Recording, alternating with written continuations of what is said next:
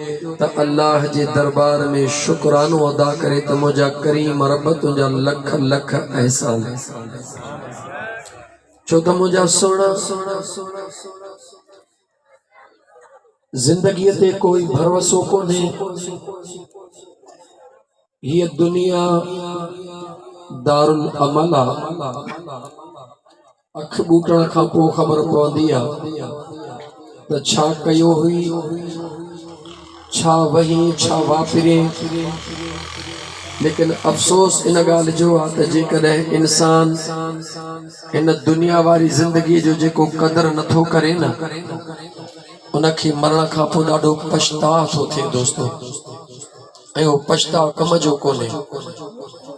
उहो पछताव जेकॾहिं हींअर कयूं, ज़िंदगीअ जे हिक हिक लम्हे खे अल्लाह तबारक व तआला जे तरफ़ खां ॾिनल तोहफ़ो समझूं त मुंहिंजा दोस्त तव्हां सां उन वताए फ़क़ीर वांगुरु त जन्नत जी थधिकार बि सभु को हितां पाण सां गॾु खणी थो वञे, दोज़ख जा टांडा बि सभु को हितां पाण सां गॾु खणी थो वञे। इन दुनिया जे अंदरि जेकॾहिं मुंहिंजा सोना घर में ज़रूरत जूं शयूं न आहिनि त पाड़े वारा टोकूं कंदा आहिनि, ॿिया त छा पर ज़ाल बि टोक कंदी आहे त जवान कहिड़ो ठाहू कोहई, नालो केॾो ॿाहिरि वॾो अथई, पंहिंजे घर जी पोज़ीशन ॾिस, घर में त फ्रिज बि कान थिए थधे पाणीअ लाइ। नालो त केॾो वॾो अथई, दुनिया त केॾो तोखे फलां फलां जे लक़ब सां थी सॾे। मां पंहिंजी ॻाल्हि कयां, मौलवी थी सॾे, फलाणो थी सॾे, घर में त गर्मीअ खां बचण लाइ एसी बि न आहे। यानी जेकॾहिं दुनिया जे घर में दुनिया जे ज़रूरत जूं शयूं न आहिनि त जेके घर वारा आहिनि उहे ई टोकींदा आहिनि, पर जेके इंसान बाज़मीर हूंदा आहिनि उन्हनि खे ख़ुदि पंहिंजे अंदरों आवाज़ ईंदो आहे, ओ मुंहिंजा सुहिणा मुस्लमान भाउ, जंहिं दुनिया जे घर में रहण जी कंहिंखे बि ख़बर कान्हे, मूं समेत तव्हां सभिनी खे कंहिंखे बि ख़बर कान्हे अलाए 2 ॾींहं रहंदासीं, अलाए 2 कलाक रहंदासीं, अलाए 2 महीना रहंदासीं, अलाए 2 साल रहंदासीं।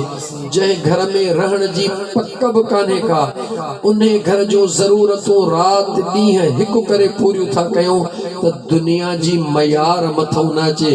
पर यार हिकिड़ो घर उहो बि आहे जंहिंमें रहण जी पक आहे,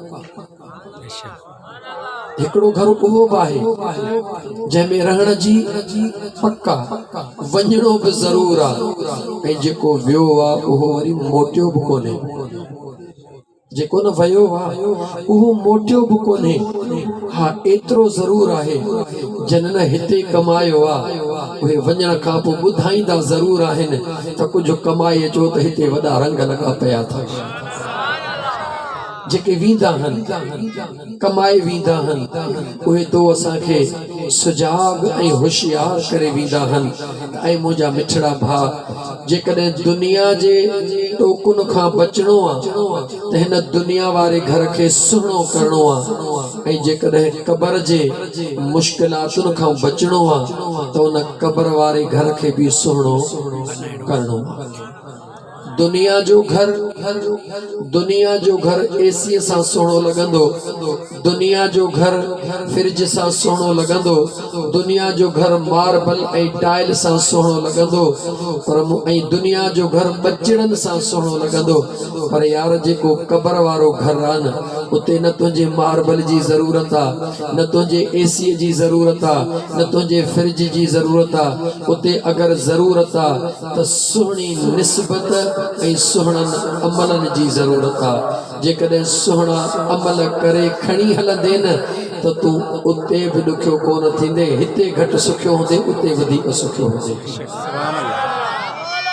हिन दुनिया में अगरि पाण न कमायोसीं, नाकारा थी वियासीं, चाचो मामो चाची मामी ओड़ो पाड़ो ख़ैरात में बि टुकुर मिली वेंदो, पर मुंहिंजा सुहिणा क़बर में कोई कोन ईंदी यार। क़बर में न अबो गॾु हलंदी, क़बर में न अम्मा गॾु हलंदी, क़बर में न ज़ाल गॾु हलंदी, क़बर में न पुटु गॾु हलंदो, न दोस्त गॾु हलंदो, कोई गॾु कोन हलंदो। हा, अगर कब्र में तोसां गॾु हलंदा त पंहिंजो सुहिणो किरदार गॾु हलंदो। अगर कब्र में तोसां गॾु हलंदो त सुहिणो अमल तुंहिंजो गॾु हलंदो। कब्र में अगर तोसां गॾु मिलंदो हलंदो तुंहिंजो सुहिणो अमल, पर जेकर कब्र में तोसां मिलंदो त अम्मा आमिना जो लाल मदीने जो ताजदार अची मिलंदो। ॿियो कोई कोन मिलंदो, सब छॾे वेंदे। मुंहिंजे मदीने जे मीर फरमायो, जंहिंखे तव्हां सां मैयत सॾींदा आहियूं, बेशक ज़ाहिरी तौर ते वो ॻाल्हाईंदो न आहे, हिकिड़ी जॻह ते सुन लॻो पियो हूंदो आहे, पर ॿुधंदो सभु कुझु आहे।